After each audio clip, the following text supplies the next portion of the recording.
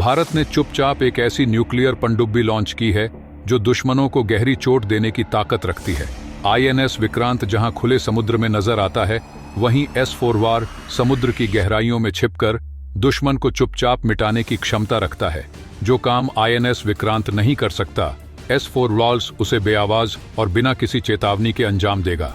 भले ही INS विक्रांत पर 15, 20 या 25 फाइटर जेट तैनात हों, लेकिन भारत ने जिस पनडुब्बी को कल लॉन्च किया है वो इन फाइटर जेट से कहीं ज्यादा तबाही मचा सकती है। दोस्तों, कल लॉन्च हुई यह S4 न्यूक्लियर मिसाइल पनडुब्बी इतनी ज्यादा ताकतवर है कि इसे जानने के बाद आप गर्व से जय हिंद कहने पर मजबूर हो जाएंगे। इसलिए मेरी आपसे विनती है कि इस वीडियो को अंत तक जरूर देखें और आगे बढ़ने से पहले भारत के इस नए सबमरीन के लिए इस वीडियो को लाइक करें और कमेंट बॉक्स में जय हिंद जरूर लिखें, क्योंकि जय हिंद कहना गर्व की बात है। दोस्तों, जहां एक तरफ भारत और कनाडा के बीच राजनयिक तनाव बढ़ता जा रहा है, वहीं दूसरी ओर भारत ने बिना कोई शोर किए अपनी चौथी न्यूक्लियर पावर बैलिस्टिक मिसाइल पनडुब्बी लॉन्च कर दी है। ये लॉन्चिंग 16 अक्टूबर को विशाखापत्तनम के शिप बिल्डिंग सेंटर में की गई।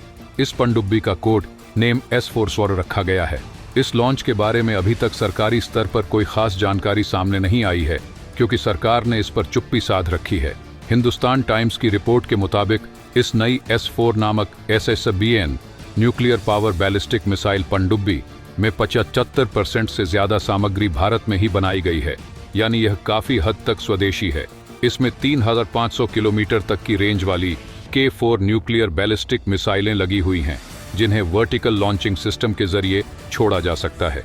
इस श्रेणी की पहली पनडुब्बी INS अरिहंत है, जो 750 किलोमीटर तक की रेंज वाली K15 न्यूक्लियर मिसाइलें ले जाने में सक्षम है।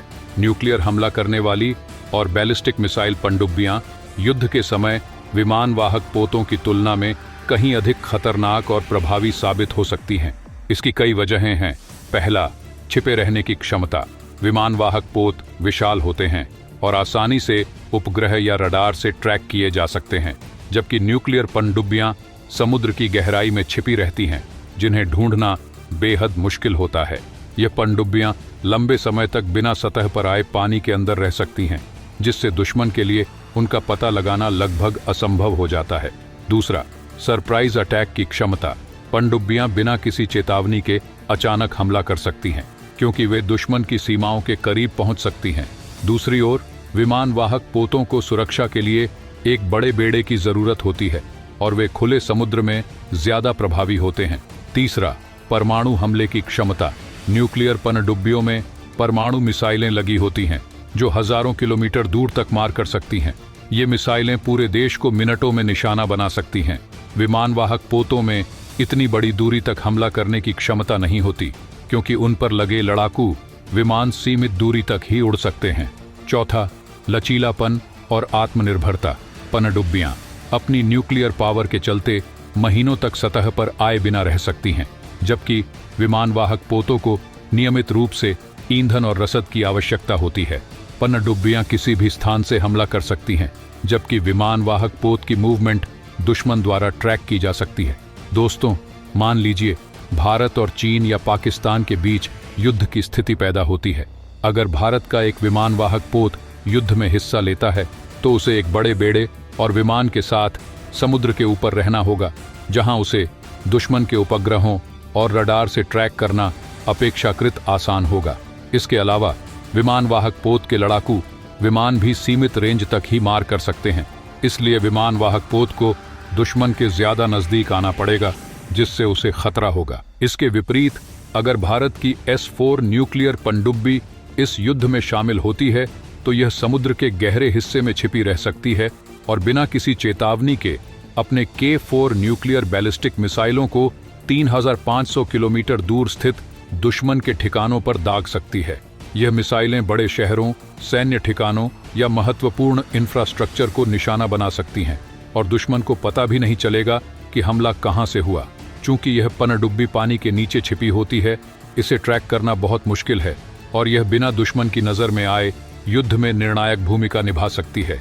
इसके अलावा, अगर दुश्मन भारत के विमान वाहक पोत पर हमला करता है, तो उसे पोत की सुरक्षा और बेड़े को निशाना बनाना पड़ेगा, जबकि S4 बॉस पनडुब्बी की स्थिति गुप्त रहेगी। इस स्थिति में S4 दुश्मन के लिए एक अदृश्य, घातक और अप्रत्याशित खतरा बनेगी, जो युद्ध के परिणाम को पूरी तरह से बदल सकती है। यही वजह है कि न्यूक्लियर पनडुब्बियां, खासकर S4B, युद्ध के समय विमानवाहक पोतों की तुलना में कहीं अधिक खतरनाक साबित हो सकती है। S4 नामक यह पनडुब्बी अरिहंत श्रेणी की पनडुब्बियों की चौथी पनडुब्बी है। भारत की पहली न्यूक्लियर पनडुब्बी जो पट्टे पर ली गई थी, उसका नाम INS चक्र रखा गया था और इसे S1 कोड नेम दिया गया था। इसके बाद INS Arihant S2, INS Arighat S3 और INS अरिधमान S4 आई। अब S4 इस श्रेणी की चौथी और आखिरी पनडुब्बी है, जिसका औपचारिक नाम अभी तय नहीं किया गया है। INS अरिघाट, जो इस श्रेणी की दूसरी पनडुब्बी है, उसे 29 अगस्त 2024 को रक्षा मंत्री राजनाथ सिंह ने कमीशन किया था।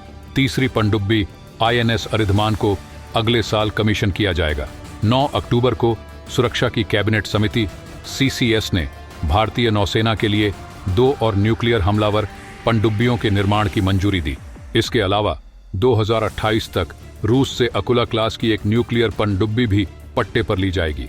अगली पीढ़ी की भारतीय SSBN पनडुब्बियां INS अरिहंत श्रेणी से 2 गुना ताकतवर होंगी, जिनमें 6000 टन विस्थापन क्षमता होगी और ये 5000 किलोमीटर से अधिक दूरी तक मार करने वाली न्यूक्लियर मिसाइलों को ले जा सकेंगी। रिपोर्ट में यह भी बताया गया है कि विशेषज्ञों के मुताबिक भारतीय विमानवाहक पोत, एयरक्राफ्ट कैरियर, लंबी दूरी की चीन की PLA मिसाइलों जैसे डोंगफेंग 21 और डोंगफेंग 26 के लिए आसान निशाना बन सकते हैं। यानी अगर कोई खराब परिस्थिति आती है तो इन्हें निशाना बनाने का खतरा होता है। इसी वजह से भारत सरकार ने तीसरे विमानवाहक पोत के मुकाबले न्यूक्लियर हमला करने वाली और बैलिस्टिक मिसाइल पनडुब्बियों को प्राथमिकता दी है, ताकि देश की सुरक्षा को और मजबूती दी जा सके। तो दोस्तों, आशा है आप समझ गए होंगे कि भारत की ये नई S4 सबमरीन कितनी खतरनाक है। तो दोस्तों, वीडियो के आखिर में मैं फिर आपसे विनती करूंगा कि अगर आपने अभी तक इस वीडियो को लाइक नहीं किया है तो लाइक करके इस वीडियो को अपने 5 दोस्तों के साथ शेयर ज़रूर करें।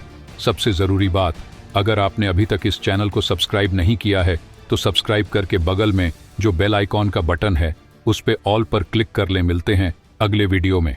जय हिंद, जय भारत।